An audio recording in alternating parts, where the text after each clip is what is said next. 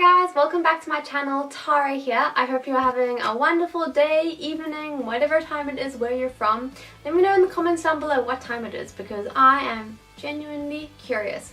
If you want to know, right now it is 4:19 a.m. because I'm a weirdo who doesn't sleep. Okay, so today I want to do a video all about how to study fast and effectively. So basically this is a video on how to study smarter, not harder, and these are just like basically my top pretty simple easy tips. Okay, so my number one tip is get rid of this thing while you're studying. This thing is a nightmare. So when I was studying for my A-levels, I literally would just put it on airplane mode and like leave it in another room.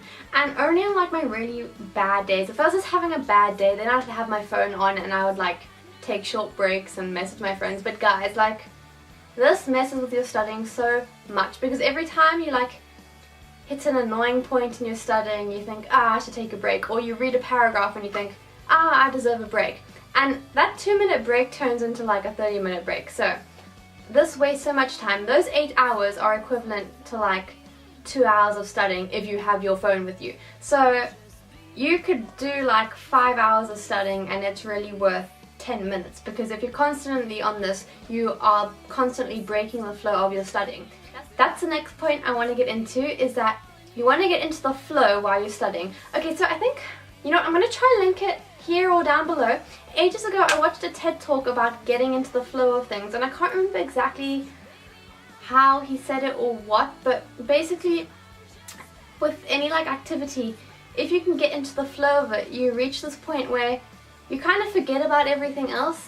You know when you're like really enjoying something, and like with me, see, I used to dance, like I would really just get in the moment and enjoy dance and forget about everything else. That's called in the flow. Now if you can get in that with your studying, that is the best thing ever. And you've probably experienced it before if, say, you've studied non-stop for 2 hours straight. That's called in the flow, when you forget about everything and you can just focus and study. Now, when you go on your phone while you're studying, you keep breaking the flow, because I think it takes about 15 minutes to get fully focused.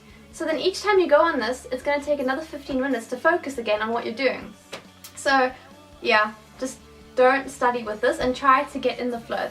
And obviously if you're having a day where you just can't focus, then cut yourself some slack. I would have days where I could focus beautifully for 3 hours straight with no break, and then I'd have days where I couldn't focus for 5 minutes long. It just depends.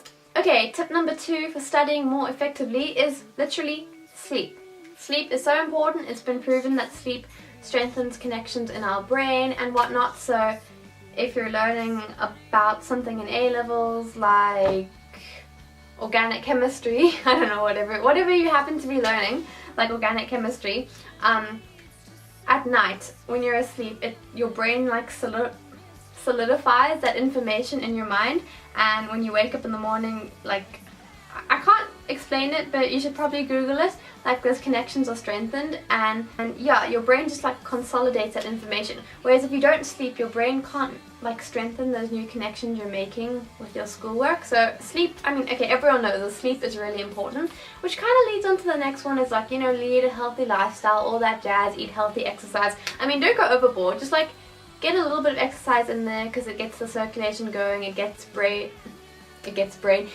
oxygen and blood to the brain when you exercise. It's good for your brain. Eating healthy provides you nutrients and energy, all that jazz. Okay, next is active learning. So you don't want to just sit around doing passive learning all day for 8 hours a day, because you're not going to be studying very effectively if you do that. So passive learning is basically just like reading and not trying to actively recall information.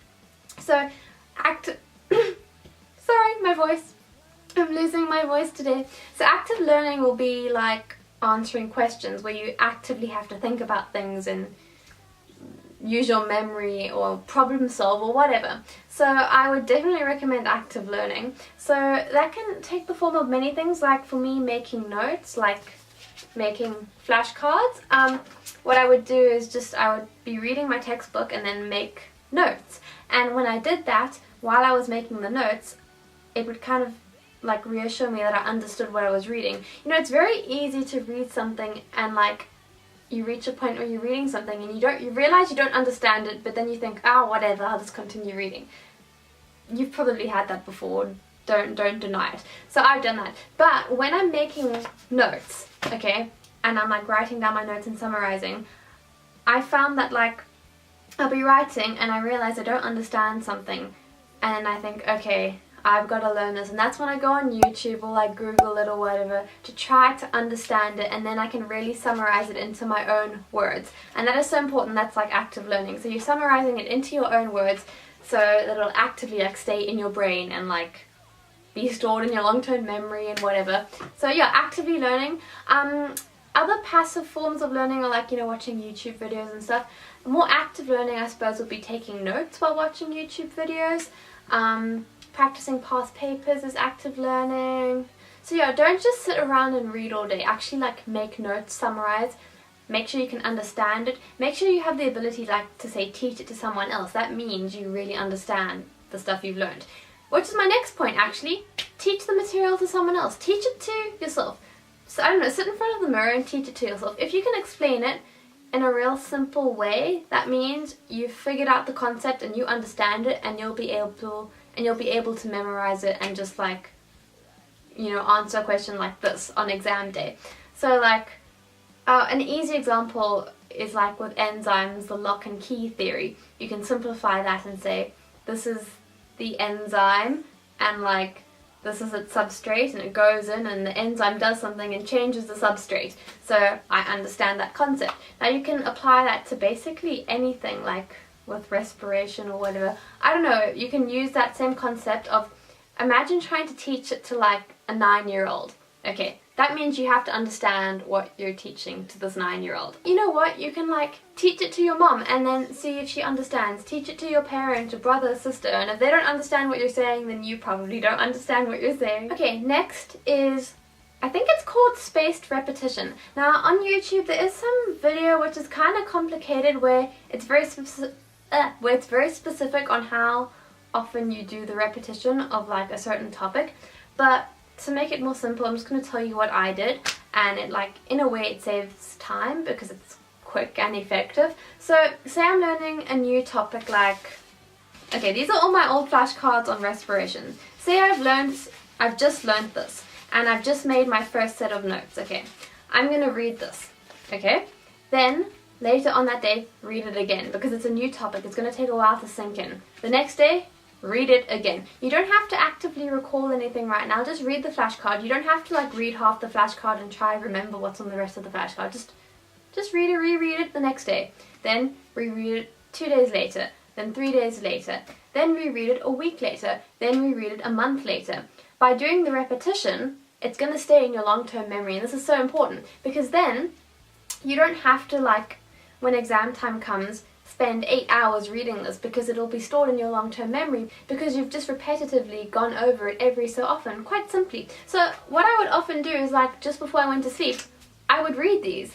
And when exam time came, I was so chilled because this stuff was in my head just because I'd read over it every so often. And I kept rereading it that it got stuck in my mind. And even though I'm done my exams and I finished my exams and everything, I can still remember the stuff just because I continuously reread it.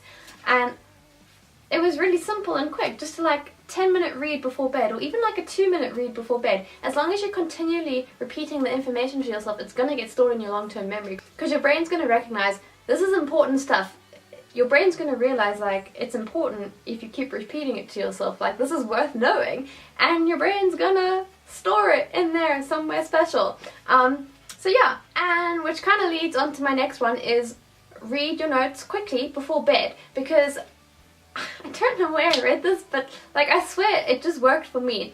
Whatever you read just before bed, it's gonna be, I guess, on your mind, and I found the next morning I tend to know that stuff really well. So I don't know if like sleep somehow consolidates that information, but whatever topic you're struggling to remember and stuff, just read it before bed and sleep on it. Maybe it's that old saying, sleep on it. So yeah, those are some of my top tips on how to study smart and effectively and fast. And I hope you guys enjoyed this video. Comment down below if it helped you in any way, and if you have any other like study tips and advice, because I really want us all to be because I really want us all to be able to help each other, and I think YouTube should be this lovely community where we help each other out and give each other advice. And yeah, I hope you're having a wonderful day, and I hope this video helped you. And yeah, comment, like, subscribe, all that jazz, and I'll see you in my next video. Okay,